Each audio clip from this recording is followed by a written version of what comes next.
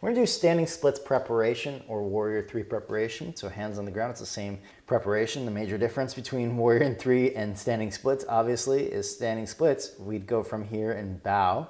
In warrior three, we'd rise up. So we're gonna stay here in the preparation for both of them. And you're gonna notice your back leg. Your back leg, just look at it and see, let's dorsiflex the back ankle. You could plantar flex. It doesn't make that much a difference unless you were trying to focus on specific actions at the ankle for that day. Let's dorsiflex and then spiral the back thigh bone inward. And notice if your pelvis is level. How do you do that? Well, take your right hand, place your hand on your sacrum, which is the triangular shaped bone between the two sides of your pelvis. And you should be able to feel a bone at the back of your right ilium, the back of your right side of your pelvis sticking out, and a bone at the left as well. We want those to be level. A lot of times the left hip will be dropped or all the way open. So depending on your personality type and physical practice, if you're more into being strong and stable and whatever, your hip will be open.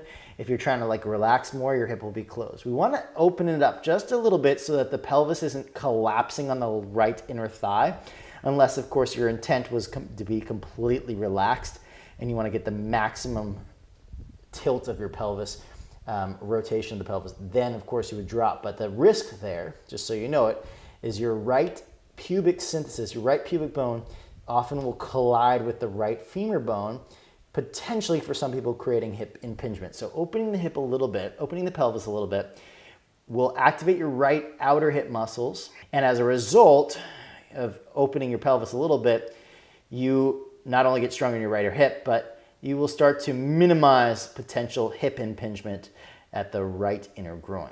Okay, left foot down. We're gonna come forward to standing splits preparation. This time, get light on the fingertips and pelvis level. Scoop the tail a little bit, and that will allow you to bring your hands up into Dekasana airplane pose. You can take your left hand or right hand to your pelvis, and you'll notice now, a lot of times to come up and be strong in your Dekasana, your pelvis opens up quite a bit, or it drops all the way down to avoid having to engage muscles. Try to get it maybe a little open on the left hip is fine, but for the most part, basically level. Okay, stand on up, left foot meets the right. So warrior three at the wall is one of the most challenging postures. So what I'm going to recommend is putting 2 blocks underneath your palms so your chest is at hip height. So with the blocks at the highest height, we'll have to measure wall distance in a second. Take your right leg back and dorsiflex the foot. And now you're in a nice supported warrior three. And we want the front, if the front leg is too far out in front, this would not simulate warrior three, right? We're going to try to get, this just meaning it would be very hard to do an actual warrior three without your hands on blocks and a foot on the wall if we were here.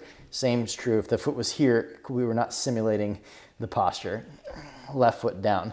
Not because of the shape, but because we couldn't balance that necessarily. So with the foot on the wall, left leg down on the ground, here's a great time to explore. Is my pelvis overly closed or is it overly open?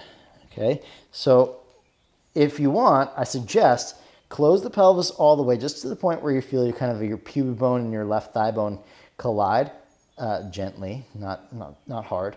And then open up the pelvis a little bit away from that point until your right side of your pelvis is slightly above the left.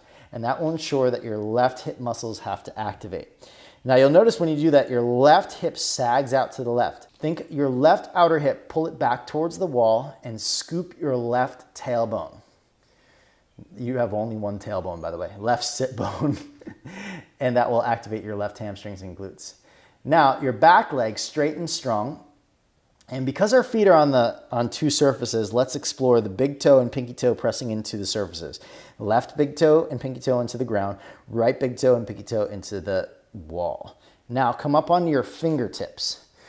Now at this point, back leg straight and strong. If you feel or see your right foot is turning out to the right, point it straight down. Back knee straight and strong, and left sit bone scooping, big toe and pinky toe pressing down. Is it possible to get lighter on the fingers? Lift the chest. Now let's do it quickly. Pelvis closes all the way, opens to the point where it's a little bit above level. Scoop the tailbone so your left glutes engage, back knee straight, and then find your big toe, pinky toes, press them into the surface that they're on. Get light on the fingers, take the arms back behind you, Dekasana. Out to the side, Dekasana 2. Out in front, Warrior 3. The hardest. Here we go again.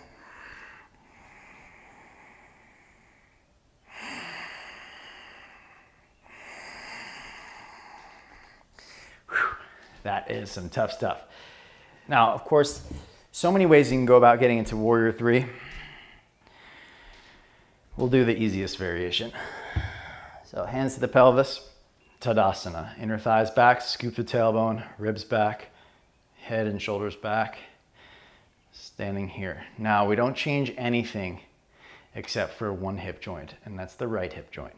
All you do is tip forward at the right hip joint, and you've got Warrior 3, okay? Lean forward a little bit towards your toes, arms out to the sides, and then out in front if possible, Virabhadrasana 3. The arms can be like Urdhva Hastasana, shoulders towards the ears and looking towards your thumbs if you really want to get to the extremes of this posture. Rise all the way up.